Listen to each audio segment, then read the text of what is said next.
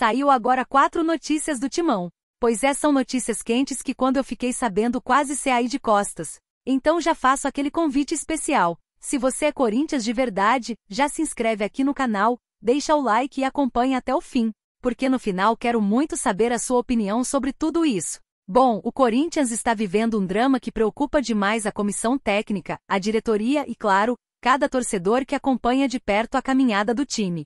O nome do problema? Rodrigo Garro. O meia argentino, considerado peça-chave na criação do nosso meio-campo, acaba de atingir uma marca que nenhum jogador gostaria de alcançar. Já são mais de 100 dias no departamento médico só em 2025. No último sábado, no aquecimento antes da vitória contra o Fluminense no Maracanã, Garro sentiu a panturrilha direita e ficou fora da partida. 2 dias depois, os exames confirmaram lesão muscular de grau 2, afastamento mínimo de 1 mês. Para piorar, esse é só mais um capítulo de uma temporada complicada. Garro já havia somado 99 dias de ausência por causa de uma tendinopatia no joelho direito. Ou seja, em 2025 ele já perdeu 27 jogos, incluindo partidas decisivas, e pode ficar de fora de duelos importantes contra Sport, Flamengo, Internacional e Mirassol. Números que somados transformam a preocupação em alerta vermelho. E por que isso dói tanto? Porque mesmo com todos esses problemas, o camisa 8 ainda conseguiu entregar. Foram 26 jogos, 2 gols e 6 assistências. Com ele em campo, o aproveitamento do Corinthians chega a 56,4%, com 44 pontos conquistados. A diferença é brutal, e mostra o tamanho da falta que Garro faz. Agora Dorival Júnior vai ter que apostar em soluções internas, como Breno Bidon, Vitinho e até os garotos da base, para não deixar o setor criativo apagado. Enquanto isso, a lista do DM segue inchada. Já são 7 jogadores entregues aos médicos.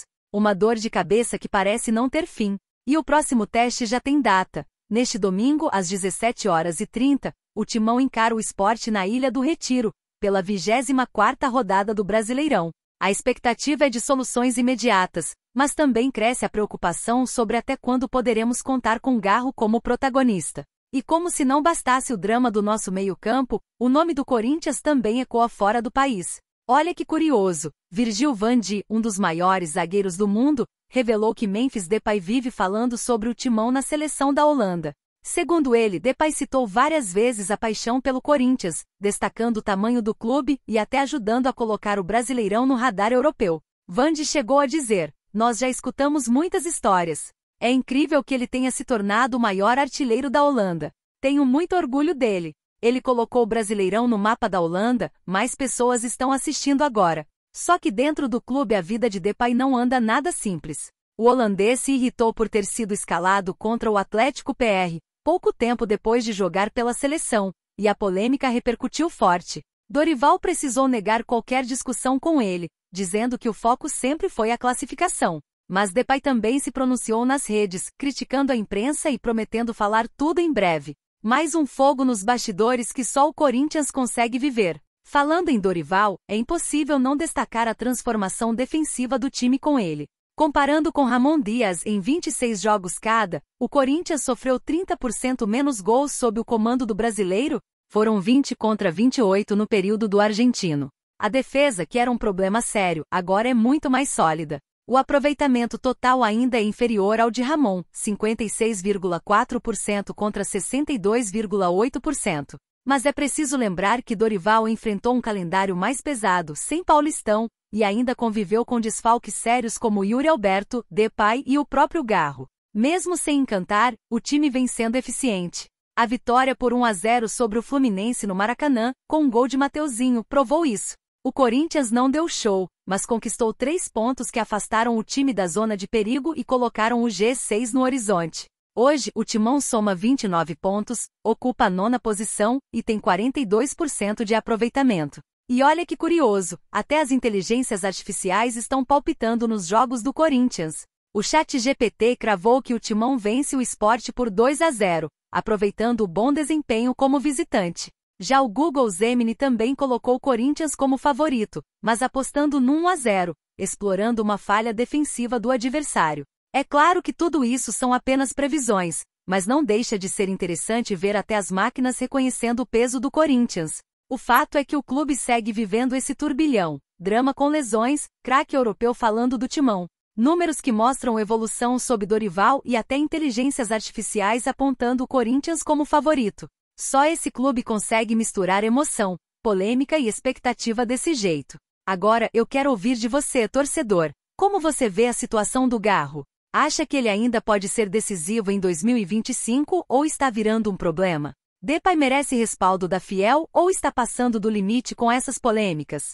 E será que contra o Sport o Corinthians confirma esse favoritismo todo? Deixa sua opinião nos comentários, porque aqui a voz do torcedor tem espaço de verdade. Enquanto você comenta eu já vou te falando a próxima notícia do Timão. E não é só no campo médico que o Corinthians está com os holofotes virados para si. Nos bastidores, outro nome da casa vem roubando a cena, Guinegão. Mesmo com a janela de transferências fechada, o jovem atacante passou a ser ligado ao interesse do Zenit, da Rússia, em um rumor que fala em nada menos que 113 milhões de reais.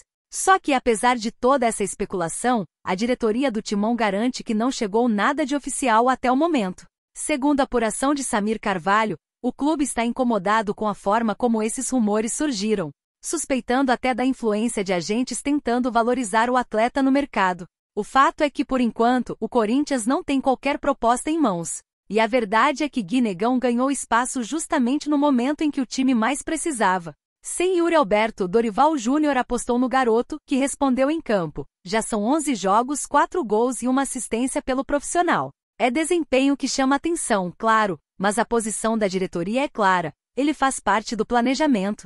Está nos planos do treinador e não há intenção de negociá-lo agora. Se algo for acontecer, será só em janeiro de 2026, quando abre a próxima janela de transferências. Até lá, o camisa 9 segue defendendo o manto alvinegro.